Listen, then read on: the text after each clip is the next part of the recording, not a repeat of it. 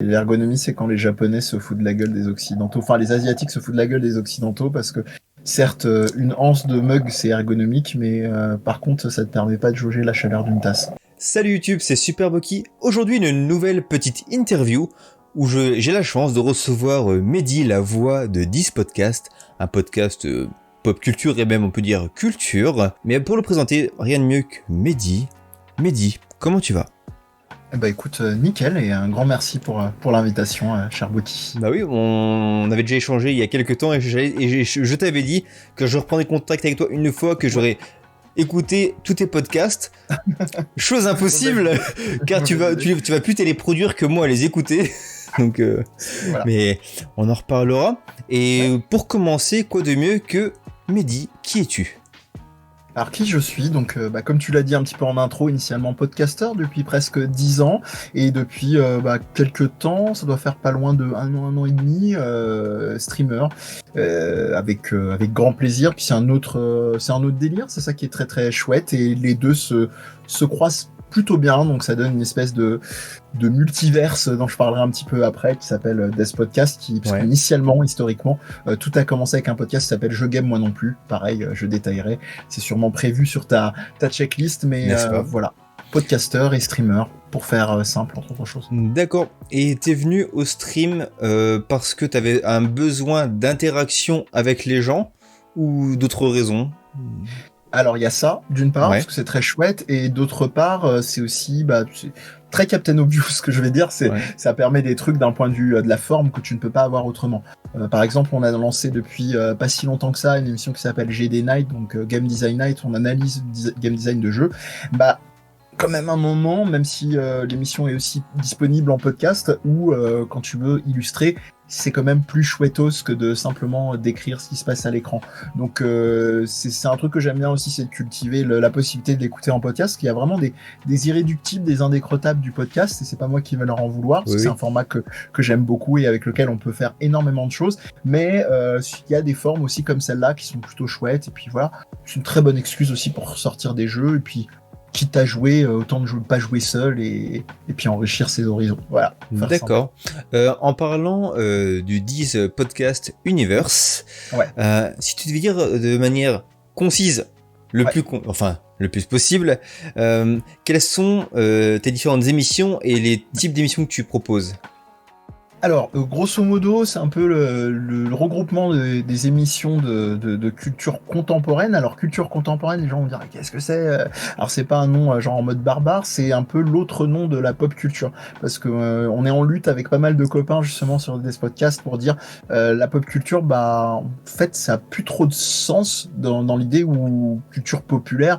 Les jeux vidéo, les mangas, les comics, les animés, le catch et tout ça, ça fait partie de la culture. Donc il y a toujours cette précaution encore à dire pop culture pour justifier, légitimer le truc. Après, je comprends qu'on puisse s'y attacher, mais c'est un petit peu ça. Donc Death Podcast, c'est un rassemblement d'émissions, et ça, c'est vraiment le point d'honneur, la petite touche supplémentaire, et je ne suis pas seul là-dessus, j'y reviendrai après, avec beaucoup de rigueur. Beaucoup de rigueur ne veut pas dire chiant, parce que en général, ça fait peur aux gens. Quand on dit les émissions sont pointues, machin, ça fait peur aux gens. Au contraire, c'est quand même assez rare qu'on n'ait pas au minimum 2-3 fous rires par émission, mais en tout cas, voilà, avoir des trucs bien sourcés, s'abstenir si on n'est pas sûr d'un truc qu'on va balancer, renvoyer les gens aussi à aller enrichir par des bouquins, par des vidéos, voilà, plein de petites choses comme ça, mais grosso modo, voilà, le rassemblement des émissions sur les cultures contemporaines, des cultures pop.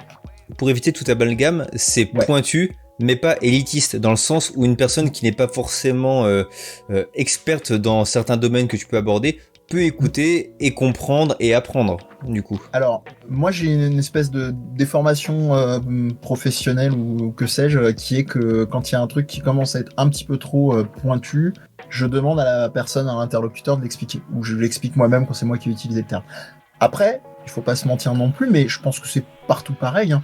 Dès que tu es quand même dans une émission avec un intitulé, j'irai pas jusqu'à dire niche, mais quand tu parles jeux vidéo, tu mets quelqu'un qui est plutôt joueur ou joueuse lambda, sans mépris, hein, je suis pas dans ce délire, les casus et le mal ou compagnie, bah tu vas commencer à utiliser des termes qui pour toi vont vraiment aller de soi, qui vont demander quand même un effort pour s'y mettre pour d'autres. Mais globalement, quand tu es dans un domaine un minimum, l'idée c'est de pas perdre les gens. Le meilleur exemple, c'est peut-être le Catch à Cast, donc une émission sur le catch, où on ne fait pas enfin ça nous arrive, mais on n'est pas sur ce focus qu'il y a sur beaucoup d'émissions de catch, qui est il y a eu les résultats de tel match et donc on en parle machin, mais on prend des thèmes transversaux. Et donc on a fait des émissions comme par exemple la retraite. Qu'est-ce que c'est que la notion de retraite dans le catch? Donc ça va être, je donne un exemple que beaucoup de gens ont à l'esprit, l'Undertaker, qui a passé pas combien de donc ce croque-mort effectivement très emblématique avec son manteau noir et machin, et bah ça veut dire quoi quand il a annoncé sa retraite, sachant qu'il y a eu plusieurs annonces, qu'il est revenu. Qu'est-ce que ça veut dire aussi d'un point de vue social, tu vois? Est-ce qu'aux États-Unis il y a des aides sociales, est-ce qu'ils sont couverts à ce niveau-là? Enfin, et on essaye, voilà, il y a eu la révolution féminine dans le domaine du catch, plein de petites choses comme ça, qui fait que même des gens qui seraient pas forcément intéressés au catch, et même s'ils s'y intéressent pas après, bah ils auront appris un truc, voilà. D'accord. C'est très intéressant et comme tu dis, c'est vraiment la culture au sens large que tu brasses. C'est pas que du jeu vidéo, ça peut être tout ce qui a trait à la culture. Ça, on pourrait faire une liste un peu pêle-mêle de tous les sujets que tu aurais pu traiter, mais voilà, très diversifié. Et comment s'est venue cette idée de faire du podcast? Je plaisantais tout à l'heure que t'étais un monsieur podcast, mais t'as vraiment un débit de podcast énorme. Je sais pas si ça a toujours été le cas ou si c'est de pire en pire ou de mieux en mieux, je sais pas vraiment quelle expression choisir. De pire en pire, ouais, pour reprendre ton expression, mais dans le bon sens du terme, on s'est compris. Mais oui, ça a vraiment augmenté. Mais je me soigne, comme dirait l'autre. J'ai un petit peu ralenti pour mettre vraiment les projecteurs sur, on va dire, 4 émissions vraiment centrales et régulières. Ouais. Mais ça m'est venu comment pour te répondre? Je pense que c'est au-delà du fait d'aimer partager. On va pas se mentir, je pense que les gens qui vont écouter la vidéo aussi d'aimer parler. Oui. Y a cette idée de voilà, de cette rigueur, de me dire toujours. J'avais un copain qui était sur l'ancienne version de Je Game Moi Non Plus. L'approche, c'est un petit peu si on fait un sujet, on le fait soit parce que ça n'a jamais été fait, ou alors si ça a déjà été fait, on le fait autrement. Ouais. Et c'est un peu cette optique-là de toujours me dire, la personne, je touche du bois que ça soit ça, repartira de l'émission avec quelque chose dans sa besace, mais pas avec la prétention de forcément ça va être génial, vous allez avoir 15 milliards de trivia, je sais pas quoi.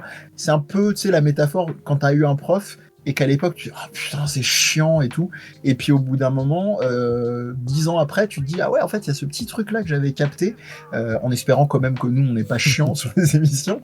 Et voilà, c'est un petit peu cette idée là, c'est parce qu'on a toujours cette tendance que si je perds du temps à regarder ou à écouter quelque chose, ça doit forcément être bien génial tout de suite. Et la deuxième raison à ça, et c'est une autre casquette que j'ai, c'est que il s'avère que je suis universitaire de base. J'ai été formé dans ce domaine-là, en psychologie pour être précis, que je pratique toujours, et j'y reviendrai peut-être plus tard dans le lien que ça a pu avoir avec le jeu vidéo. Et donc il y a toujours eu cette envie de rigueur en fait. Tu vois, pour moi ça me paraissait toujours aberrant quand les gens ne citent pas leurs sources sur les émissions. C'est un truc, moi ça me fait criser. C'est pas systématique. Enfin, disons que si tu cites pas tes sources, pourquoi pas, mais des gens qui te disent je vois pas l'intérêt de citer des sources, pour moi c'est surréaliste. Enfin bref. Je ne vois pas l'intérêt d'étayer mes arguments, en gros, c'est un peu ça, quand tu cites pas tes sources, au final... Ça peut être ça, ou ça peut être aussi une forme un petit peu de genre YOLO, négligence, ou ce que je dis est parole d'évangile. Oui. C'est un truc qui m'emmerde beaucoup, puisque là... Le côté, ça c'est un truc faut pas se leurrer, le côté très très idéalisé, parce que quand les gens te suivent dans une communauté, en général tu vas accrocher, le premier truc avec lequel tu vas accrocher les gens, il y a deux trucs je pense. C'est soit tu vas être rigolo, tu vas avoir un format dans la forme qui va être sympa, attrayant, machin, soit tu vas apprendre quelque chose à la personne. Ouais. Des fois ça peut être les deux en même temps, c'est cool. Et il y a toujours moi un truc qui m'inquiète, c'est de me dire que ce soit les jeunes ou les moins jeunes, mais surtout les jeunes, on l'a été, toi et moi. Et bah c'est un peu cette idée qu'on est très influençable. Tu repenses aux gens qu'on idéalisait il y a quelques années. Aujourd'hui, on se dit en fait, c'était peut-être pas top, ou alors si j'avais eu du recul. Donc j'ai toujours cette rigueur de me dire qu'on s'adresse quand même à un public très large, adulte ou pas, et que il faut que les personnes aient cette rigueur-là très tôt. Il y a un exemple que je prends souvent, c'est Usul. Il a parlé à un très large panel. Donc Usul qui a fait des vidéos il y a un paquet d'années maintenant, jeuxvideo.com, avant de passer exclusivement. Enfin non, il est resté sur jeuxvideo.com jusqu'au bout, pardon. Et il était surtout dans le label Nesblog, et il faisait des vidéos effectivement où il faisait des croisements avec la politique, avec beaucoup de choses en lien avec le jeu vidéo.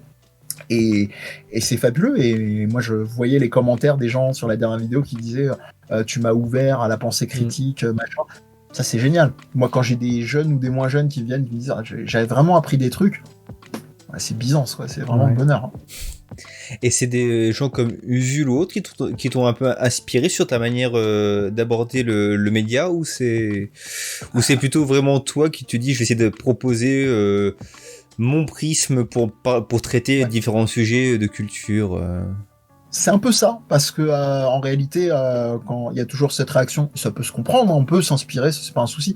Mais comme je te disais, moi ça fait près de 10 ans que je le fais, donc c'est-à-dire que c'était même, je sais pas si je calcule mal, mais je crois que c'était même avant qu'Usul ne démarre, ou que bien d'autres ne démarrent. Et de fait, il y avait déjà cette base de poser très clairement sur la façon dont c'était amené, etc. Ça s'est enrichi par tous les gens et toutes les nouvelles équipes, les nouvelles émissions. Mais de base, c'était un truc qui était déjà là. D'accord, eh bien écoute Mehdi, ça nous fait une parfaite transition pour parler de ton rapport aux jeux vidéo. Absolument pas, il n'y a pas de transition du tout, mais on va quand même avancer là-dessus. D'après ce que j'ai pu écouter sur tes podcasts, nul doute que le jeu vidéo a eu un impact sur ta vie dans le sens où tu en parles beaucoup. Oui. Et est-ce que tu pourrais nous dire comment le petit Mehdi, le Mehdi Bambin qui était à la cour de récré, a découvert le jeu vidéo ? Donc carte d'identité du joueur, premier contact à mes 5 ans avec Super Mario Bros sur NES, très classique en fait sur le papier, et voilà, après le reste appartient à l'histoire. Non, la NES, première console, gros contact, gros impact, et puis après, ça m'a jamais vraiment quitté. C'est le parallèle que je fais souvent. Autant j'ai eu des breaks au niveau de la lecture, au niveau de la musique, au niveau du catch. Le jeu vidéo, je crois que j'ai rarement passé peut-être quelque chose comme plus de 2-3 semaines de ma vie sans jouer aux jeux vidéo. Donc de tes 5 ans à aujourd'hui, ça a été ton fil rouge quasiment ininterrompu. D'accord. Ouais, exactement. Et niveau console, la NES, t'as eu console à la maison ou c'était par le biais d'amis ou C'était à la maison. D'accord. À la maison, Ok. Donc ce n'était pas un foyer trop réfractaire à cette arrivée. Non, là-dessus, ça va. D'accord. Tu pensais aux parents, des choses comme ça. Ouais, ça peut être les parents, dans le sens où il y a des parents qui diabolisaient un peu les jeux vidéo, dans le sens où ça t'abrutissait, enfin. Tu es moins concentré dans les cours, blablabla. Ça aurait pu. Moi, le hasard a fait aussi que ça n'a jamais eu trop d'impact sur mes cours, donc effectivement, j'ai jamais eu trop de soucis là-dessus. J'ai pas eu de syndrome non plus du l'apéritel, ça fait faire du mal à la télé. Les grands classiques. Non, là-dessus, j'ai vraiment été chanceux, pour pas dire accompagné, même en fait, pas forcément à jouer avec moi, mais en tout cas au moins à admettre qu'il y avait un vrai intérêt, une vraie valeur artistique en fait dans les jeux. Ouais. Et ça, je pense que c'est comme tout, hein, c'est toujours, c'est ce qui peut créer évidemment des vocations.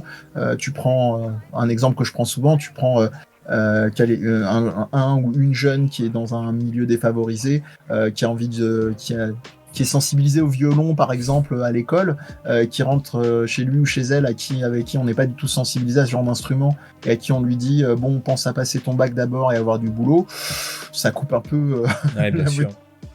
Donc voilà, j'ai pas eu de trucs qui m'ont coupé à ce niveau-là, au contraire. Ok, et dès le début, t'as aimé le jeu vidéo dans le sens où, je m'explique, parfois quand t'es gosse, on te met devant le jeu vidéo, ça t'amuse, tu joues 5 minutes, et puis voilà, ça passe, et c'est vraiment quelque chose que tu essaies comme tu pourrais jouer à des Action Man ou des Mighty Mask. Est-ce que dès le début, t'as vraiment eu, une histoire d'amour avec le jeu vidéo, ou c'est venu plus tard ? Non, C'était vraiment d'emblée. Le coup de foudre. Le coup de foudre. Je valide la ref à Mighty Max, soit dit passant. Faites une petite recherche pour les plus jeunes. Mais sinon, non, ça a été coup de foudre et vraiment, ça ne m'a pas lâché. Puis coup de foudre réciproque, j'ai envie de dire, parce qu'ils me le rendent bien. D'accord. Et du coup, la Nintendo, qui est donc ta première console, est-ce que c'est ta console du cœur ou t'as eu un crush un peu plus avec une autre console plus tard? Je l'ai un petit peu, non pas délaissé ou trompé, mais ouais, non, il y en a eu d'autres plus, je dirais, avec un affect plus fort, évidemment. Alors, étonnamment, c'est peut-être plus, ça veut pas dire que celles qui ont précédé ont été négligées, mais dans l'ordre, vraiment, qui ont été des espèces de, comme ça, de coup de cœur, de flash. Il y a eu la Neo Geo. Je vais pas trop m'étendre parce que je sais que ça a été beaucoup évoqué dans une de tes émissions avec le copain Terry de Level Max que je salis. Mais j'en ai déjà parlé un peu à gauche à droite. Donc l'amour de la série King of Fighters, qui est mon jeu de baston pour la vie. Et là, je suis complètement fou parce que évidemment, au moment où on enregistre, a été annoncé il y a peu King of Fighters 15. Donc non, c'est vraiment le jeu sur lequel j'ai toutes les versions Neo, etc. Cartouches. Ouais, la Neo, donc gros coup de cœur autour de la série King of Fighters. Après, je dirais qu'il y a eu la PS1, forcément. Je vais pas m'étendre parce que j'en ai déjà parlé ailleurs, mais je serais obligé de faire un petit crochet. Bien sûr. Mais la série des Suikoden. Au point où j'ai une émission qui est dédiée à l'univers de la série qui s'appelle le Suikocast, qu'on fait en live, et c'est là où tu parlais d'apport justement de ce que le stream a apporté. C'est génial parce que voir des gens qui découvrent et qui ont des émotions, je rentrerai pas dans le détail, mais des vraies émotions, c'est incroyable. Et en plus, c'est un truc qui est chouette, c'est pas uniquement le côté fanboy, parce qu'on a le recul critique et on se rend compte à quel point le jeu, sans l'ériger en jeu de la vie pour tout le monde, est quand même extrêmement bien écrit, parce que tu te dis merde, si des gens dans ton public qui ont entre 15, 20, 30, 40 balais sont en train de te dire qu'ils ont chialé sur une séquence, c'est que effectivement voilà, c'était pas un truc, c'est pas que pour les enfants comme dirait l'autre. Et ensuite je pense s'il fallait vraiment en choisir qu'une, même ça me peine un petit peu de limiter, la PlayStation 2, je pense. Ça a été une belle et longue aventure. Et est-ce que tu sais la justifier ou c'est vraiment irrationnel comme affect pour cette console? Non, je pense que ça se justifie. Au-delà de l'affect, je pense qu'il y a des jeux un peu tournant, il y en a un qui me vient vraiment en tête, c'est Beyblade. Des toupies qui tournent. Ça aurait pu. Mais c'est marrant d'ailleurs, Beyblade, si je dis pas de conneries, c'est sorti chez Konami. Je crois. Si je dis pas de bêtises, le jeu en tout cas. Et grosso modo, c'est pas Beyblade, mais c'est Silent Hill 2. C'est pas la même ambiance. Non, voilà. Il y a des trucs qui tournent, mais là, ça coupe un peu plus. Oui. Et ça coupe à mort. Et grosso modo, Silent Hill 2, c'est ce que j'explique toujours quand je parle du jeu, c'est le jeu vidéo où je me suis rendu compte qu'il y avait quelque chose de plus dans ce que pouvait être un jeu vidéo. Qu'il pouvait y avoir un message, qu'il pouvait y avoir de la peur. De la peur, quelque chose qui pouvait te changer ta vision de la vie. Bien sûr. De messages très très fort, je rentre pas dans le détail, je m'en voudrais énormément de gâcher l'expérience de jeu, mais voilà, Silent Hill 2 assez emblématique. Après il y en a eu plein d'autres, hein, évidemment, la liste serait longue, mais ça a été une console qui m'a vraiment beaucoup accompagné. Je vais me risquer une petite hypothèse par rapport à la PS2, console du cœur, et PS1 qui arrive avec une belle médaille d'argent. Est-ce que tu penses que tu apprécies ces consoles plus que les autres parce que tu étais à un âge où tu avais peut-être un plus gros esprit critique et aussi un pouvoir d'achat ou de piratage qui te permettait d'accéder à une plus grosse bibliothèque de jeux? Je vais répondre très simplement, oui. Très bien, mais notamment la notion de piratage, hein, faut pas être malhonnête, même si les jeux ont été acquis a posteriori légalement, oui, évidemment, ça m'a ouvert aussi mes horizons d'expérience de jeu. Pardon, je t'ai interrompu. Non, mais c'est très bien, j'avais fini mon propos. On va maintenant avancer dans le futur, c'est-à-dire notre présent, et je vais te poser une question. Obvious. Mehdi, es-tu toujours joueur? Écoute, oui, encore une fois, que je le fais. sobre et pas trop. Et si oui, quel est ton jeu du moment? Je crois le savoir, mais je te laisse nous en parler. Ouais, bah écoute, on en avait effectivement parlé en off, parce qu'on s'est, le hasard a fait qu'on s'est retrouvé en stream Ouais. juste avant l'enregistrement. Bah en ce moment, il y en a deux en réalité, un que j'ai terminé il y a quelques heures avant l'enregistrement, qui est Super Meat Boy Forever, avec autant de Quel plaisir. enfer! J'adore le contraste avec toujours autant de plaisir. Quel enfer! Avec toujours autant de plaisir dans la souffrance, hein, parce que oui, il peut y avoir des tensions désagréables qui sont du plaisir. Oui. Voilà, pourtant je ne porte pas de cuir. Et blague à part, il y a aussi Hades, qui lui est peut-être un peu plus souple dans la souffrance, si je puis dire. Ouais. Voilà, je sais que c'est le curseur, mais bon, après je suis assez peut-être pas imperméable, mais très tolérant à la frustration. Donc ça m'amusait parce qu'il y avait des gens en stream qui me voyaient galérer sur certains jeux et qui me disaient mais on est fasciné, moi j'aurais jeté la manette par la fenêtre depuis 15 minutes quoi. Ouais. Et c'est vrai que ça me dérange pas trop. Ouais, t'arrives à rester stoïque et j'allais dire monolithique, mais non, mais t'arrives à prendre sur toi et à apprécier la difficulté qui te permettra de franchir un gap sur un jeu ou. Oui, jusqu'à certains points. À l'époque, avant, je pense que c'était plus là. J'arrêtais parce que la frustration était du côté un peu de mon ego, Ouais. de mon ego notamment de joueur. Et maintenant, c'est plus parce que j'estime que le jeu est mal équilibré en termes de game design. Donc c'est deux délires différents. Donc il y a une progression aussi, je pense, par rapport à ça. Est-ce qu'il y a eu un jeu où t'as trouvé vraiment le cursus de difficulté trop élevé, genre un bon game design, mais un cursus de difficulté trop élevé à ton goût qui gêne à l'expérience? Qui va jusqu'à gêner. Toi personnellement, pas forcément. Bien sûr.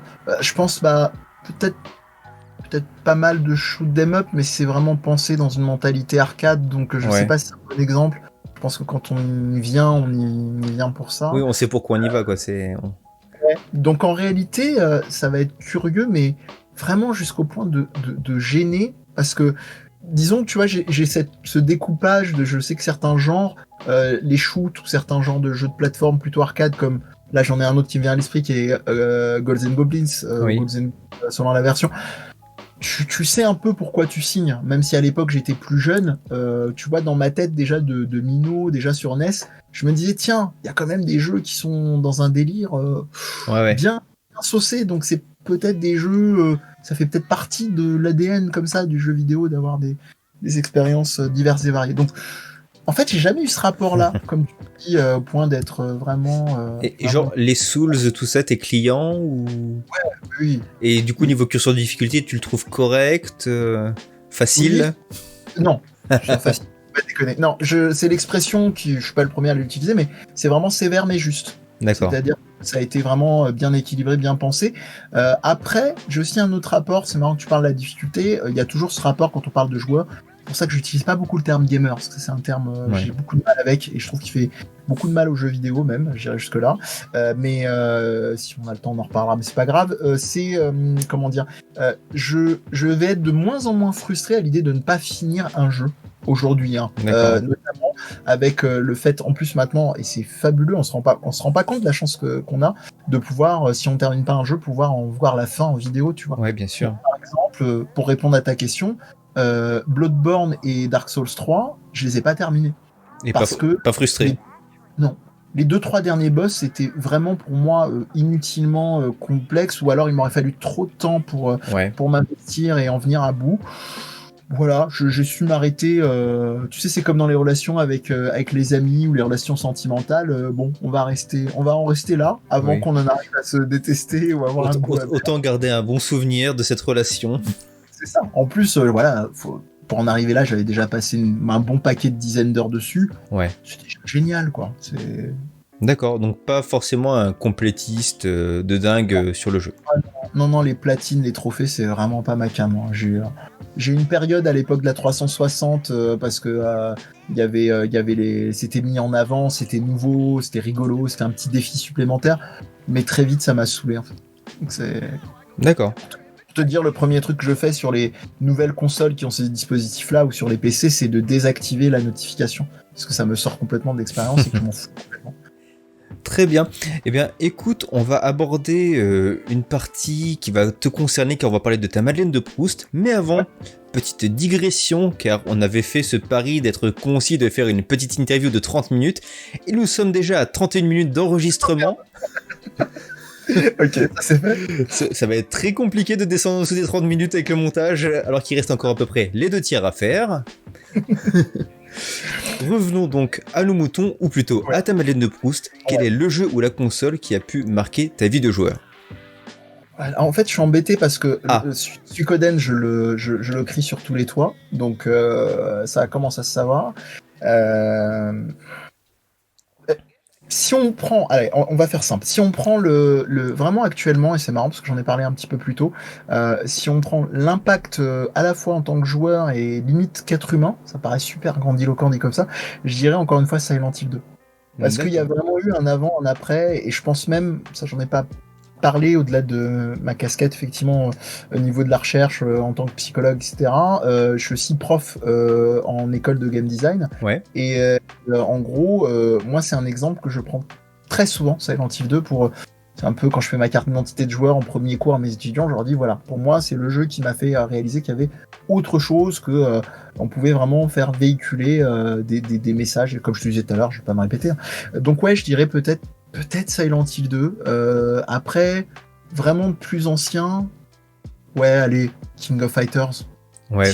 Si dans vraiment du rétro, comme on dit, même si c'est toujours difficile à définir, King of Fighters, ouais, la série des King of Fighters. D'accord. Donc si tu le veux bien, on va rester sur ce Silent Hill 2. Allez. C'est un jeu maintenant qui accuse peut-être les années, ou pas, tu peux me le dire. Silent Hill 2, donc c'est un jeu qui fait peur, qui a une certaine tension. Enfin, on va pas spoiler sur le contenu parce que Tiens, très bonne question Mathieu, très bonne question. Est-ce que pour toi c'est un jeu qui pourrait que tu pourrais faire découvrir à quelqu'un aujourd'hui où c'est compliqué? Oui et non. Ça va dépendre de deux choses, des atomes crochus, parce que comme tu l'as dit, c'est un jeu d'horreur. Il y a des gens pour qui c'est extrêmement rédhibitoire. Ça bloque beaucoup, plus que regarder un film d'horreur des fois. Il y en a, voilà, pour qui c'est viscéral. D'ailleurs, c'est un rapport aux jeux vidéo que j'ai beaucoup appris par Silent Hill, parce que j'ai une amie avec qui à l'époque, par exemple, on avait fait le 3 en partie ensemble, parce qu'elle, elle peut pas y jouer en main. Et grosso modo, je me suis dit, ah ouais, à ce point-là. Pour moi, c'était inconcevable d'en être à ce blocage-là, d'avoir un peu peur, d'accord, mais bref. Et je te dirais oui, si, il y a pour deux raisons, c'est si tu dépasses ce premier obstacle, et si la rigidité, parce que comme tu disais, il y a peut-être des trucs à lui reprocher aujourd'hui.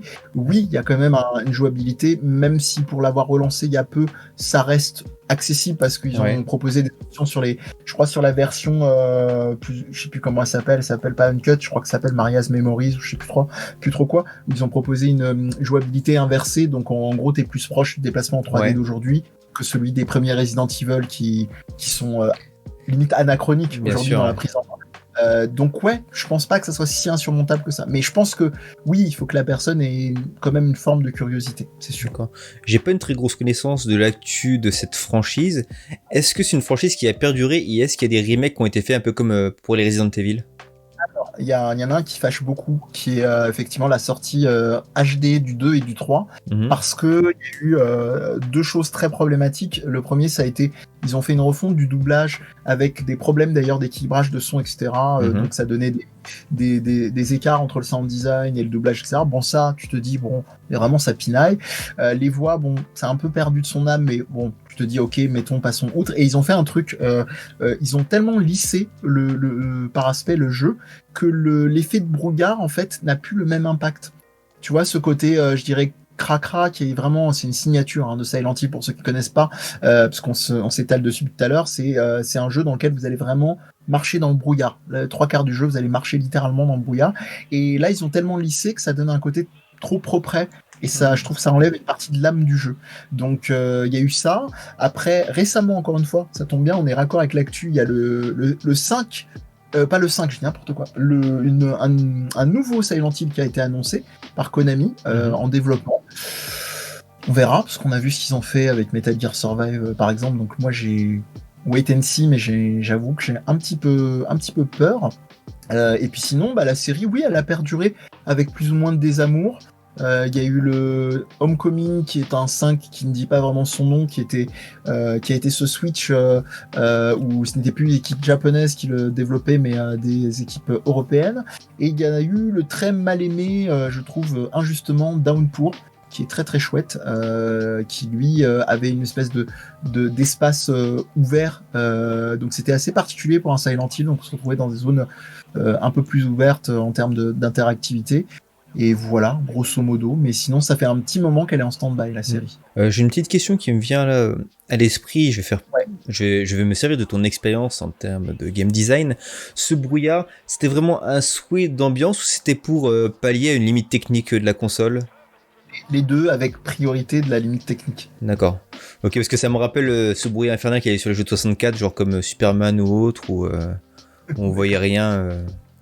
Non, là, c'est quand même... D'accord. Ouais.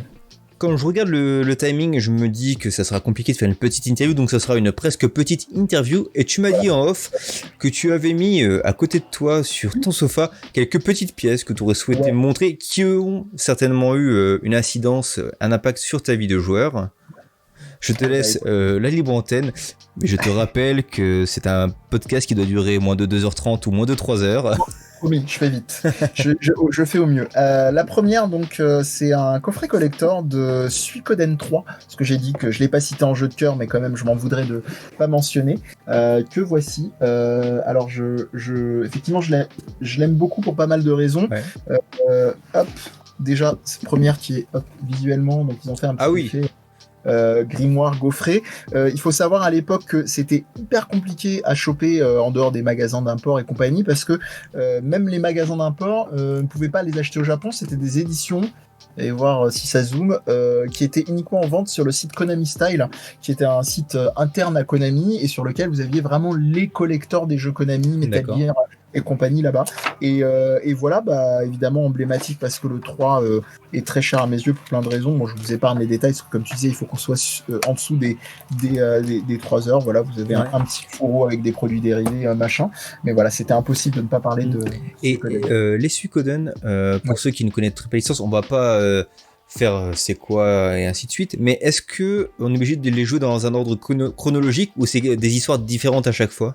Alors, vous pouvez faire en mode package idéalement le 1 et le 2. Vous pouvez même faire uniquement le 2 si vous avez un meilleur feeling, parce que je sais que visuellement, le 1 est pour certaines un peu rédhibitoire, avec son style un peu mixte entre manga et Donjons et Dragons, enfin très fantasy. Sinon, après, isolément, et si vraiment la 2D vous parle pas du tout, je vous recommanderais le 5. Qui d'un point de vue, parce que Suikoden, la réalité, contrairement à Final Fantasy n'est pas une saga. Suikoden est une saga parce qu'on a une vraie chronologie, un calendrier solaire d'ailleurs dans le jeu, où tout se suit. Donc le 2 se passe 3 ans après le 1, le 3 se passe 15 ans après le 2, etc. Je vais pas rentrer dans les détails. Ouais. Et le 5 isolément est très très bon à faire si vraiment vous voulez de la 3D et de la 3D maîtrisée, parce que je parlais du 3, mais la réalité c'est que le 3 a un peu essuyé les plâtres de l'entrée dans la 3D, et le 4 souffre beaucoup trop d'un outil de déplacement dans lequel je rentrais pas dans le détail dans le jeu, qui gâche malheureusement un petit peu l'expérience de jeu. Le jeu n'est pas mauvais, mais vraiment elle est un peu gâchée par ça. Donc voilà.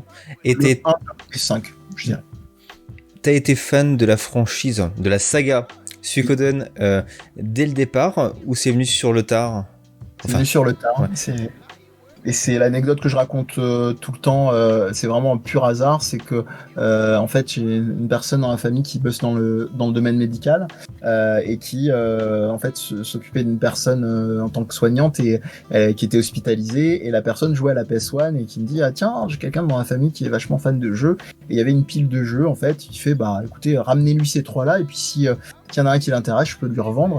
Et donc c'était 3 jeux PS1, il y avait Formula One 97 je crois, il y avait Jurassic Park Lost World, et il y avait un jeu Suikoden. Donc j'ai mis dans la console, et voilà, le jeu ne m'a plus jamais quitté. D'accord. Eh bien, je vais te faire part de mon expérience sur Suikoden. Elle se limite pour l'instant à la démo de Suikoden 2 sur PlayStation, J'avais un CD de démo et j'ai joué la démo. J'ai fait c'est trop bien. Enfin, j'étais fou. Et voilà. J'ai juste fait ça parce qu'à l'époque, j'avais pas accès à ce jeu. Et c'était pas aussi facile que maintenant de pouvoir trouver des jeux.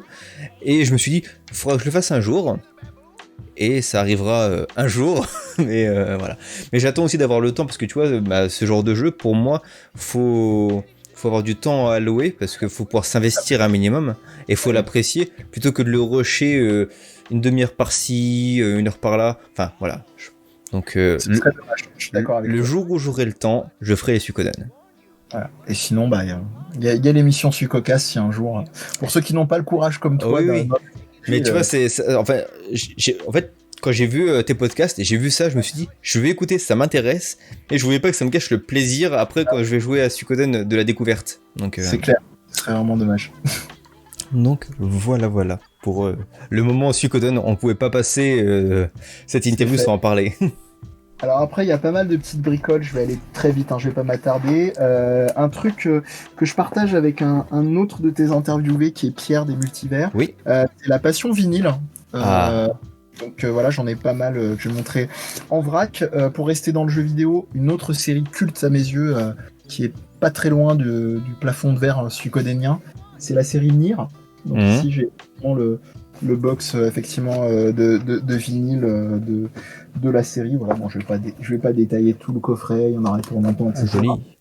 Je vais rester sur la pop culture, pas en jeu vidéo, mais un vinyle assez particulier à mes yeux, qui est ceci. Alors tu vas peut-être reconnaître le personnage. Alors je vois pas très bien. Oui, c'est ah oui, bah si enfin oui, je le reconnais, hein, ce bon. Regarde. Hop. C'est lui. Ah, je me fais plaisir. Cher Balthazar, donc Picsou, évidemment. Donc ça fait partie en fait de l'univers, ça s'appelle The Life and Times of Scrooge, puisque dans la série originale, il s'appelle Uncle Scrooge. Ouais. Donc et en gros, ça fait partie c'est un concept album qui a été enregistré par Thomas Holopainen en collaboration avec Karl Barks, qui est le créateur effectivement original, et avec Don Rosa qui a écrit et dessiné La jeunesse de Picsou. Tu as l'air de connaître les classiques vu que tu me dis oui. Et d'ailleurs, l'illustration est signée par Don Rosa, et c'est un album. Alors c'est un groupe de métal, hein, donc c'est epic metal en fait. Hein, donc, D'accord. c'est assez magnifique, je trouve, au niveau du travail qu'ils ont fait, et ça colle très très bien à l'univers. Voilà, ça c'est pour pas rester que sur le jeu vidéo.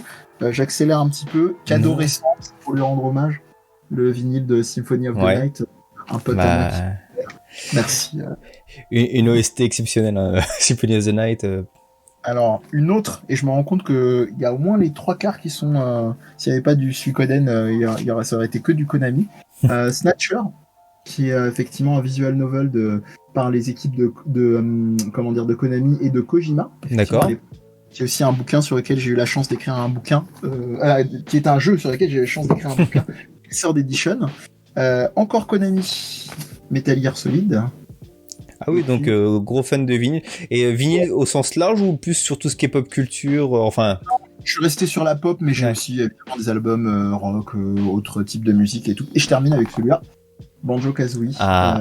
Très belle pièce et jeu sublime, qui est un de mes jeux cultes niveau platformer. Voilà, ça c'est pour les vinyles. Très très bien. Et puis je vais terminer doucement avec ceci. Alors une autre passion qui est passion t-shirt. Et je voulais faire une espèce de crossover. Là déjà ça se voit un petit peu. Je remercie d'ailleurs le copain, parce que c'est un design de Orioto, peut-être que tu connais, qui est un illustrateur de jeux vidéo et de pop culture, qui fait des illustrations sublimes, qui a déjà signé des dessins pour les cartes collector de chez Pixel Love, etc. D'accord. Et qui fait partie de l'équipe du Catchacast, hein, d'ailleurs, et le hasard je garde quand même un pont pour expliquer. Alors quand tu vois ceci, effectivement, c'est là on est dans le niche du niche, hein, par contre. Alors quand tu vois ça, effectivement le haut du t-shirt ça va, on s'en sort. D'accord. Tekken. Par contre, ici, il faut savoir, donc c'est une fédération japonaise qui s'appelle la NJPW, New Japan Pro Wrestling, donc du catch japonais, et avec qui ils ont fait une collab entre différents des stables, donc des écuries de catcheurs de cette fédération. Incroyable. Il faut savoir qu'il y a quand même beaucoup de collabs entre le catch et le jeu vidéo. Par exemple, la série des Yakuza dans le 6, il y a des espèces de lutte en mode tactique où tu peux te battre contre des stars qui ont été genre digitalisées, enregistrement de voix et tout dans le jeu. Pareil, toujours dans le même délire, on est sur Tekken, sauf que là c'est le personnage de Lars en crossover avec The Ace, donc qui est Tanahashi, qui est un très grand catcheur là-bas, c'est un peu l'équivalent de leur légende comme Ouais. Hulk Hogan. Et je termine avec 2 t-shirts. Un récupéré au Japon chez Uniqlo il y a quelques temps, c'est Raiden de Metal Gear Rising Revengeance, qui est hyper... Beau. Ouais, j'ai pleuré. Et celui-là qui est beaucoup plus rigolard, mais qui est sympa pour finir et boucler la boucle, que tu vas probablement reconnaître aussi. Voilà. Ape Escape. Ah oui. Petit jeu PS1 de capture de singe. D'ailleurs, je me demande si Ape Escape, c'est pas le premier jeu sur PS1 qui servait des analogues. Alors, effectivement, c'est le cas, et qui est le seul jeu quasiment, je crois, sauf erreur, parce qu'on avait écrit un article avec un copain chez Pixel Love dessus, qui est le seul jeu à utiliser en intégralité toutes les fonctionnalités en fait La première DualShock. Tout à fait. On avait eu du bol en plus qu'on avait eu. J'avais pu négocier pendant un de mes voyages au Japon une interview exclusive avec Yoshida, qui est le PDG de Sony Computer, et on avait eu en fait des infos exclusives sur la série pour l'article chez Pixel Love. Voilà. Génial. Voilà. Ah oui. Voilà. Monsieur côtoie du beau monde du coup. J'ai eu cette chance-là parce que je parlais des bouquins que j'ai pu écrire, parce qu'il y a eu un deuxième que j'ai écrit chez Pixel Love, donc sur Suda 51, pour ceux qui connaissent. Sinon, je vous invite à aller découvrir son univers un peu déjanté à base de Killer 7 et tout ça. Et du coup, comme entre guillemets, c'est un petit domaine, vu que par exemple, j'ai eu un gros coup de cœur parce que Yamaoka, donc le compositeur des Silent Hill entre autres, bossait chez Grasshopper, le studio de Suda à l'époque, et donc j'ai pu rencontrer à plusieurs reprises Yamaoka à cette occasion-là. Voilà. Donc je suis assez verni en termes de belles rencontres, on va dire, dans le jeu vidéo. Et question purement intéressée, les ouvrages que tu as écrits chez Third Edition et Pixel Love, ils sont toujours dispo ou c'est fini ça ou... Alors, ils sont toujours dispo. Chez Pix, il n'y a pas de souci. Vous les trouvez, à part la version... leur version Game Collection, tu sais, qui était cette version où tu avais le jeu en plus du bouquin, qui était sorti pour No More Heroes, Travis Strikes Again, qui est en rupture de stock. Mais sinon, la biographie de Suda disponible, il n'y a pas de souci encore. Et le Snatcher, Police Note Snatcher, il est dispo, mais c'est dans le cadre du programme premium de Third Edition. D'accord. Après... il n'est pas exclu un jour qu'ils les ressortent. Ils ont commencé pour les premiers de cette série-là, qui est uniquement pour les premiums, de les ressortir en format relié. Donc, voilà, soit soyez patients, soit allez voir s'il y a suffisamment de bouquins de chez Third qui vous intéressent pour être premium. Et vous l'avez gratuitement, en fait, quand vous êtes premium chez eux. D'accord. Écoute, on est à peu près à la moitié de cette interview, je pense. Donc on est nickel niveau timing. Et on va aborder maintenant une partie assez originale qui fait la force de mes interviews. C'est une partie question-réponse où je fais une question et où tu apportes une réponse. C'est un concept, j'ai eu l'idée un jour de faire ça. Quel talent.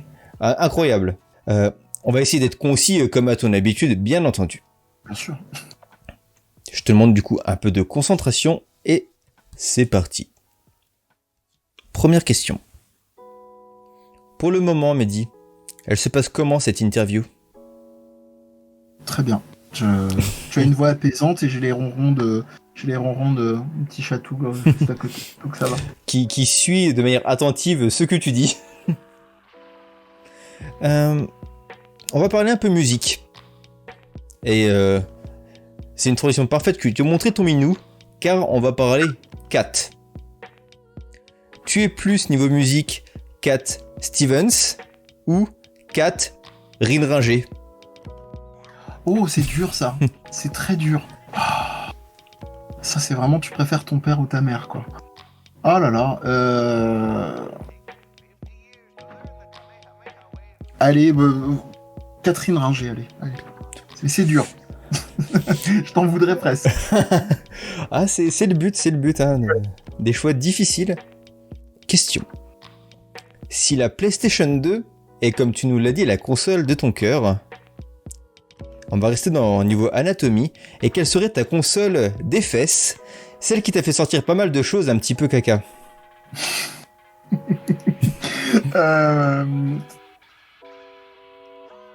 Alors là, je vais avoir un problème pour te répondre. C'est pas pour pas être concis, c'est que je crois ne jamais avoir eu de console vraiment dans un truc à jeter ou avec une ludothèque. Je réfléchis, hein, je fais le tour très vite, mais par exemple, j'aurais pu, désolé pour les fans, hein, mais j'aurais pu dire ça de la Game Gear où des adaptations par exemple étaient un peu inégales, et j'en ai pas eu. J'en ai pas, je suis désolé. Non, mais il n'y a pas de problème. Je vais quand même en citer une. Qui, ironiquement, c'était des mauvais jeux, c'est plus ce genre de console où j'ai un petit pincement au cœur de me dire que j'aurais bien voulu l'avoir aller plus loin. C'est la WonderSwan. WonderSwan Color, pour être précis, qui est une console portable de chez Bandai. Voilà. Les mini-consoles, on entend beaucoup parler actuellement, refont surface pour la nostalgie des mecs comme toi et moi, la trentaine passée, et qui ont maintenant des sous-sous pour pouvoir acheter des consoles. Tu penses quoi de ces mini-consoles qui arrivent ? Je pense que tu vas perdre une grosse partie de ton auditorat suite à ma réponse. Blague à part, moi je pense que si j'avais autant de place que je voudrais, et encore plus de sous, je céderais. Mais en fait, il y a tellement de solutions en termes de soit d'émulation légale ou moins légale que c'est pas un truc. Plus tard, peut-être, dans une optique vraiment game room posée tranquillement, oui. Actuellement, je dirais pas que ça me fait ni chaud ni froid quand je les vois. C'est trop bien, c'est trop mignon, comme quand tu vois un petit chat, quoi. Mais ça me passe. Quand c'est pas ton chat à toi, ça te passe vite, quoi. On va dire que tu es ni pour ni contre, bien au contraire. Exactement. Si on devait sortir quand même à l'intérêt de ces mini-consoles, ça serait de pouvoir de faire découvrir ou redécouvrir aux nouvelles générations et aux bambins de manière accessible et légale nos jeux avec la même, comme tu dis, la même manette et dire voilà, c'était comme ça avant et montrer que voilà, ça pouvait être sympa parce que tout le monde n'a pas une gaming room avec toutes les consoles et tous les jeux d'époque, donc voilà, c'est une manière légale et abordable de pouvoir de redécouvrir ces anciens titres.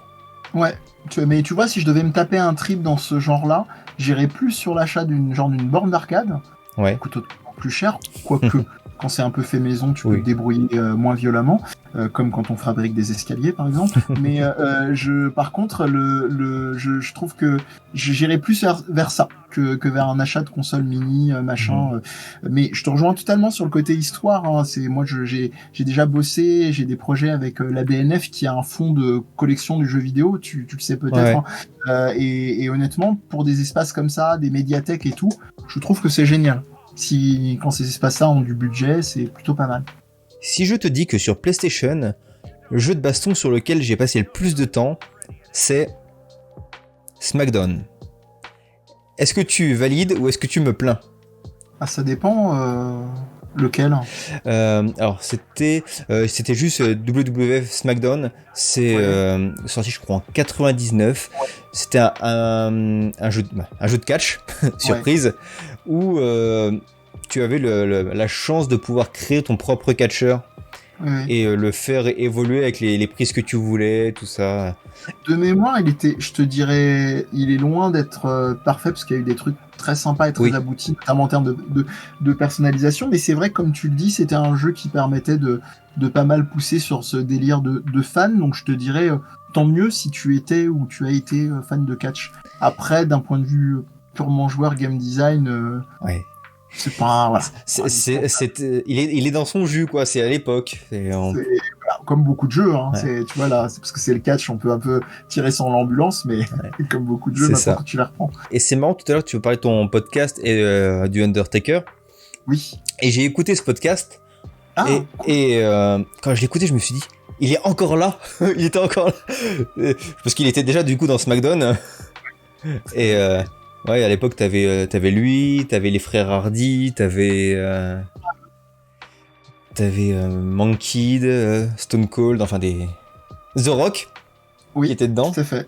Oui, oui, oui. Euh, Enfin, The donc, Rock, c'était un peu après, quand même. ouais, mais je veux dire, non, il était déjà dans le SmackDown, je crois, hein, dans le... Non, il était dans le jeu, mais je veux Oui. dire, il est arrivé un peu après en termes de Famous. carrière de catch. Ah oui, bien sûr. Bah, Ouais. c'était un Dwayne Johnson très très jeune, hein, je pense, à cette époque-là. Ouais. Ouais, moins de 30 ans, je pense qu'il devait être, ouais, une bonne vingtaine. Oui. Est-ce que tu penses qu'en 2030, on dira que Cyberpunk était un jeu d'exception? Ah, possiblement, avec les correctifs et tout, oui, probablement. Probablement, Ouais. c'est possible. Moi, je l'ai testé il y a peu, il m'est vraiment tombé des mains. Ouais. Après, moi, le souci, c'est que c'est de moins en moins le genre de jeu grosse prod. Et puis en plus, c'est le truc que je sors pas mal en ce moment, c'est ma petite formule. Le cyberpunk, j'en peux plus, quoi. J'ai l'impression que c'est les zombies des années 2010, quoi. Ouais. Et je sature et ça m'ennuie parce que c'est un genre qui me touche et qui a touché beaucoup de gens et qui touche encore du monde.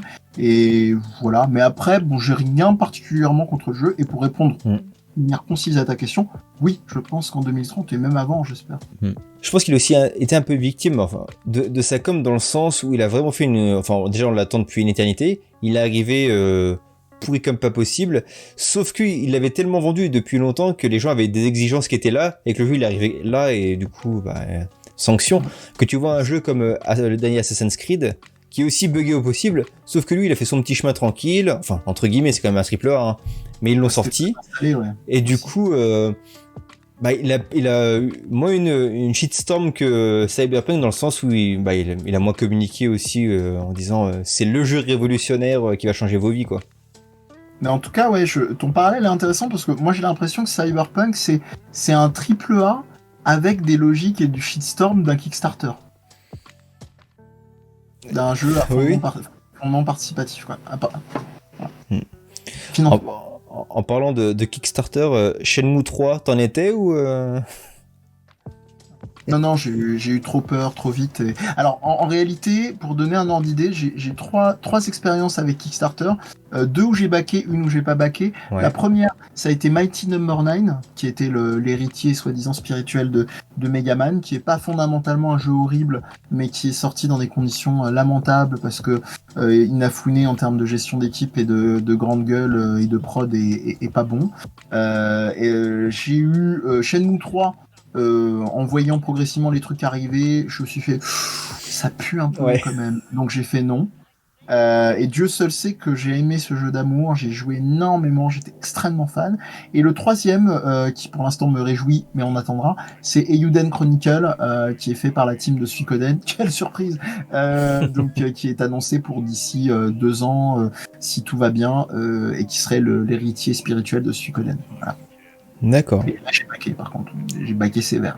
Il y aura marqué Mehdi dans les remerciements en gros. Je sais qu'il y avait un palier, j'ai hésité, mais c'était vraiment trop cher. Je crois que c'était à base de $1000. Et ça restera raccord, comme ça tu pourras faire une vignette qui attirera vraiment le chaland. Vous pouvez mettre votre propre chat dans le jeu. Et j'ai vraiment hésité, mais c'était incroyable. Voilà. Avant-dernière question. Skies of Arcadia, Suikoden 2. Lequel est le plus surcoté? Car on est d'accord que les deux sont quand même surcotés. Lequel est le plus? Surcoté, tu veux dire en termes de vente ou en termes de... Non. Genre tout le monde dit qu'ils sont géniaux alors que pas trop. C'est dur. Alors là, c'est pire que Catherine Ringer et Cat Stevens, ça, hein, parce que les deux sont vraiment géniaux. Je sais être sévère parfois, désolé. Ouais, je vais être... Mais non, c'est une réponse, mais tant pis, hein, je laisserai le public juger. Je vais faire une réponse malhonnête, je suis désolé, mais c'est Skies of Arcadia, parce que voilà. parce que voilà, très bonne argumentation. Parce que Suikoden, voilà, ça c'est de l'argumentation zéro. Mais non, blague à part, ouais, c'est vraiment parce qu'il faut faire un choix et que je veux pas te laisser en mode je peux pas répondre. Mais non, Skies of Arcadia, j'ai passé une partie d'une de mes vacances d'été à l'époque de sa sortie où je ne pouvais pas embarquer de console mais j'ai réussi à négocier, à embarquer mon VMU, donc la Visual Memory Unit, donc qui était la carte mémoire de l'époque, qui était une carte mémoire avec un écran à cristaux liquides, et sur laquelle j'ai fait des dizaines d'heures de PintaQuest. Et mon premier kiff en rentrant, c'était pas de retrouver ma chambre, c'était de mettre le VMU dans la Dreamcast pour récolter tout ce que j'avais. PintaQuest, donc c'était Sky of Arcadia, c'est un jeu de pirates des airs, et en gros PintaQuest c'est un petit personnage qui part sur son propre bateau, et quand vous faites les quêtes sur le jeu comme ça, écran cristaux liquide à vous exploser les yeux, vous mettez sur la carte mémoire et vous récupérez tous les items que vous avez lootés pendant dans le jeu Dreamcast. Voilà. Tu vois, Skies of Arcadia, pareil, parfait avec Suikoden 2, à croire que je prépare mes petites interviews, c'est un jeu que je m'étais dit, il faut absolument que je le fasse. J'ai fini par avoir la Dreamcast, je ne l'ai pas fait, et il y a 1 an et demi ou 2 ans, je l'ai eu, et je me suis dit, je le fais. Entre temps, il y avait la case rétro, un podcast jeu vidéo qui avait fait un podcast sur Skies of Arcadia. Je m'étais dit, je ne l'écouterai pas car je veux le faire, le jeu. J'ai joué, je peux pas te dire combien d'heures j'ai joué, mais j'ai joué plusieurs week-ends vraiment à essayer de m'investir, et je me suis fait chier, mais alors que j'aime beaucoup l'univers, en fait j'aime tout dans le jeu, mais je sais pas. Peut-être trop répétitif, tout ce qui est en bateau, ça m'a peut-être un peu trop ennuyé, ou peut-être que le gameplay était très bien pour son temps, mais que maintenant, ça répondait plus à mes exigences, et du coup, j'ai pas réussi à finir le jeu. J'ai écouté le podcast, j'ai trouvé le podcast super, mais je me suis dit jamais je referai le jeu. Peut-être qu'un jour je regarderai un let's play pour voir le jeu en entier, mais voilà, mauvaise expérience sur Skies of Arcadia, parce que comme je te dis, c'est mes attentes et peut-être ce qu'était le jeu, donc ça. Mais après, il y a une autre réalité aussi, au-delà du côté entre guillemets pragmatique de qu'est-ce qu'était le jeu, et tu me rassures sur le choix que je viens de faire, c'est que il y a aussi la souplesse de progression dans le jeu. Par exemple, Suikoden 2 comme Suikoden 1, c'est des jeux, en fait, tu glisses dessus. C'est vraiment pas parce que je suis fan. J'ai jamais rencontré quelqu'un qui m'a dit j'ai bloqué ou c'est compliqué. Tu peux avoir un blocage, parce que dans le 2, il y a un passage du jeu qui va demander peut-être un tout petit peu d'XP, mais c'est vraiment très léger. Et en plus, c'est raccord avec ce qui se passe dans le jeu à ce moment-là. Mais c'est vrai que Skies of Arcadia, entre les batailles tactiques en bateau, qui avec le recul, j'ai mes souvenirs de gosse et j'ai mes souvenirs de prof de game design, je me dis ça, en plus tu as joué sur Dreamcast PAL ou Dreamcast en mode 60 Hz? Ah non, bah non, PAL. Parce qu'il est en 50 Hz, il était très lent. Très lent. Les combats en plus en rajouté. C'est ça. Il y avait beaucoup trop. Pour ça, c'était lent, c'était infinissable. Enfin, j'ai l'impression de ne pas avancer, quoi. C'est compliqué. Et il a un souci aussi, un dernier souci Skies of Arcadia, mais ça c'est vraiment si t'avais connu le jeu à l'époque, c'est un peu un syndrome, non pas les Simpsons l'ont déjà fait, mais Grandia l'a déjà fait. Voilà. Grandia que j'ai fait par contre. Ah bah voilà, pour ceux à qui ça parle, voilà. Dernière question qui n'est pas vraiment une question, mais un exercice de style. Ah, ok. Exercice de style où tu vas avoir 1 minute pour argumenter et convaincre quelqu'un de ne jamais y jouer. Enfin, tu pointes les plus gros défauts que tu peux trouver sur ce jeu et nous montrer pourquoi il ne faut pas jouer à ce jeu. D'accord. Ouais, tu verras, je te déconseille vraiment de jouer à Suikoden 2. Putain, dire que quelqu'un va peut-être faire un clip de ça un jour. Parce qu'il y a des batailles tactiques, franchement, qui, au niveau des stats, c'est un peu illisible. Et puis, il y a quand même des moments. Alors ça c'est la version objective, et puis la version complètement malhonnête, ce serait n'y joue pas si t'aimes les univers variés, riches et hyper intéressants, que t'as envie de passer du bon temps sur un jeu, n'y joue pas, te fais pas de mal, te fais pas de bien.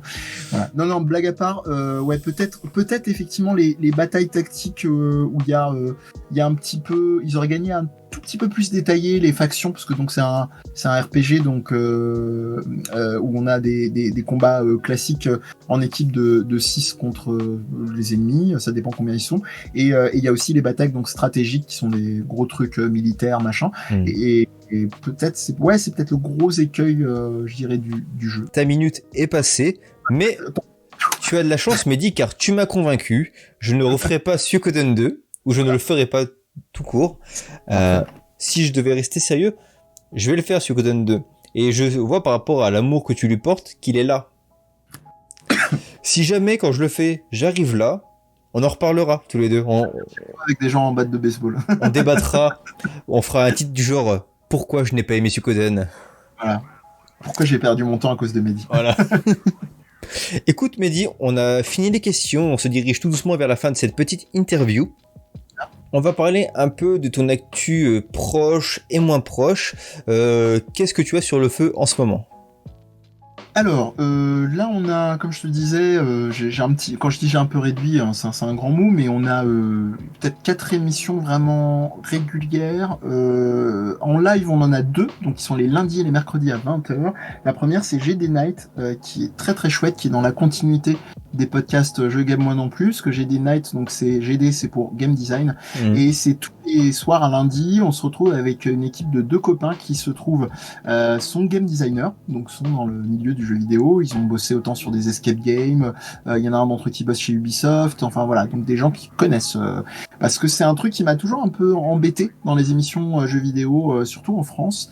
Dans les pays anglo-saxons, l'offre est tellement énorme que je pourrais pas dire que ça n'existe pas.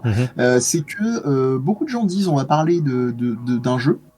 Mais en fait, ils parlent de trucs autour. Ils vont te parler de la sensation que le jeu a eu sur eux. Ils vont te détailler tous les éléments de l'OST. Ils vont te parler de la difficulté, mais ils vont pas parler de concepts vraiment appuyés de game design. Qu'est-ce que fait, par exemple, l'immersion fictionnelle ou contemplative pour utiliser du jargon. Qu'est-ce que l'ADD provoque dans le jeu, là justement dynamique de la difficulté. Qu'est-ce que le sound design ou le pathfinding permet. Voilà, je fais des termes un peu volontairement qui pourraient paraître un peu branlettes, mais en réalité c'est des termes très simples à comprendre, qu'on connaît mais qu'on n'utilise pas en fait quand on parle du jeu, et surtout qu'est-ce qui fait qu'on se retrouve à se plaire dans un jeu ou à ne pas se plaire, parce qu'on a eu un numéro qui est sorti il y a 2 semaines où on a parlé de tout ce qui n'allait pas dans Breath of the Wild, l'intouchable. Et en gros, bah, il y a des choses qui ne vont pas, il y a plein de choses qui vont, qui sont plutôt chouettes, mais il y a quand même un paquet de choses qui ne vont pas, et c'est vrai que c'est un truc que je retrouve que très peu. Il y a les copains de chez La Fin du Game qui font ça, Exerve et l'équipe de Game Next Door, mais c'est vrai que c'est pas du game design appliqué. Ils vont parler du jeu, ils vont analyser avec le côté, l'angle journalistique, bref, mais c'est rarement très très focus game design. Donc ça, c'est le lundi. Le mercredi, on a suffisamment parlé, c'est Suikoden, c'est Suikocast, donc on revient tous les épisodes de la série. Pour l'instant, on est à Suikoden 2, ça tombe très bien. Qu'on s'apprête à terminer d'ici peu. Tout est disponible en replay, que ce soit toutes les émissions d'Es Podcast en général, hein. Donc pas de souci si vous voulez, n'avez pas le courage comme Boki de faire les Suikoden, ils sont disponibles en let's play. Et en plus, tu vois, tu me disais qu'est-ce qui t'attirait dans les streams. Je m'en suis rendu compte avec le temps, mais c'est un petit peu la version 2.0 quand tu es avec des gens formidables comme ceux de mes différentes équipes. Alors pour Suikocast, Leknat, Magus, Raphaël, Futch, Fédois et Mathieu, voilà, j'espère que j'ai oublié personne. Ça fait un peu commentaire audio, tu sais, comme on avait sur nos DVD. Et c'est chouette, quoi, parce qu'on revient avec les anecdotes, avec l'expérience que j'ai eue en devenant prof en game design, game studies, et c'est super cool. Quand je revois les replays, je me dis, voilà, les gens, ils vont pas simplement que kiffer à découvrir le jeu, ils vont avoir plein de petits éléments qui vont aussi leur expliquer pourquoi ça c'est bien, pourquoi là c'est bien écrit, pourquoi voilà. Et sans spoiler, on fait toujours attention évidemment, sinon c'est pas drôle. Et puis pour l'actu, il y a un truc qui se présage, ce sera, j'espère, là dans les maximum peut-être 2-3 mois à venir, peut-être j'espère avant, juste me mettre un petit peu à la technique, je vais me mettre au format vidéo, format vidéo, pas stream, hein, mais évidemment monter et compagnie, parce que c'est un truc qui me tient à cœur depuis un moment, et comme dirait l'autre, plutôt de te dire il y a ça qui est pas fait, ou alors j'aime pas comment on parle de ça, et on n'est jamais mieux servi que par soi-même, et puis surtout je pourrais avoir des retours constructifs, ou même des trolls, hein. Moi je suis un peu maso sur les bords, ça ne me dérange pas. Donc l'idée, voilà, ce serait d'avoir une approche, il y aura probablement de l'analyse jeux vidéo, ça c'est pas surprenant, donc ça resterait dans le cœur de cible des podcasts. Il y aura sûrement des mangas, il y aura sûrement des films, mais de toujours en parler soit quand je sais de quoi je parle, donc pour le game design j'ai pas trop de problème là-dessus, soit d'être épaulé par des gens qui savent de quoi ils parlent. Donc je vais essayer de rester très large, mais par exemple la première vidéo que je vais faire, dont le script est terminé, qui est un manga, qui va notamment parler entre autres de sport de combat, et pour donner un ordre d'idée, dans l'analyse en plus du manga à proprement parler, il y a aussi un éclairage sur ce sport de combat-là en particulier avec un professionnel, en fait, quelqu'un qui pratique ce sport à niveau professionnel. Donc, à chaque fois avoir des vrais éclairages. Je te parlais de culture de la source comme ça. J'ai vraiment envie que ce soit ça et dans un ce qui n'est pas le cas sur cette vidéo ce soir, je m'en excuse, je m'excuse dans quelque chose d'assez ramassé. J'aimerais, mon vœu pieux, c'est de faire des vidéos de maximum une grosse vingtaine de minutes, ce qu'on devait faire ici initialement. Oui, ça sera compliqué, mais c'était très intéressant et en tout cas là, le fait de pouvoir te voir sur un format vidéo structuré où tu pourras faire des recherches en amont, après apporter des éléments, ça donne très envie. Du coup, j'ai hâte de pouvoir te voir, j'espère au premier trimestre 2021. Donc j'espère que je sortirai cette vidéo avant que tu sortes ton format vidéo. Ça devrait être bon normalement. C'est pas pressé, en tout cas c'était un plaisir de tourner ça et je me permets vraiment de prendre la dernière fois la parole parce que si, comme dirait l'autre, si vous n'aimez pas voir des podcasts entre guillemets pour moi, parce qu'il n'y a vraiment pas que moi, c'est une évidence, dès que vous arrivez sur une émission je suis assez rarement seul, voire jamais seul. Venez pour toutes les personnes qui sont là parce qu'il y a des gens vraiment formidables. Alors là, c'est vraiment le cœur qui parle et des gens qui sont extrêmement pointus sur ce qu'ils font, que ce soit le catch, que ce soit il y a beaucoup de chercheurs aussi, donc des gens très très pointus, mais qui en parlent de manière funky. Vous doutez bien, je vais pas vous proposer des gens qui sont chiants, qui vont vous en parler comme vos vieux profs qui vous ont saoulé à l'époque. Voilà, il y a vraiment des artistes, il y a vraiment des gens de tout horizon et je dirais que c'est difficile de pas être accroché par une personnalité. Donc tentez, évidemment dans l'idéal sur des sujets que vous allez connaître et bien aimer, mais tentez aussi sur des émissions ou des sujets que vous connaissez pas forcément. C'est un peu le pari de Death Podcast, vous accrochez au détour du Death Podcast verse sur un sujet auquel vous n'attendiez pas. De toute manière, je mettrai tous tes réseaux et les liens vers tes différents médias dans la description, que ce soit sur PodCloud, sur ton Twitch, ton Twitter, enfin tout ce qui est autour du This Podcast Universe sera dans la description. En attendant, si vous avez aimé ce contenu, n'hésitez pas à mettre le pouce bleu, à vous abonner et surtout à partager pour faire connaître Mehdi et son univers. En attendant, Mehdi, moi je te remercie une nouvelle fois de t'être prêté au jeu de la presque petite interview. Je te dis au revoir, à bientôt. Salut YouTube. Plus.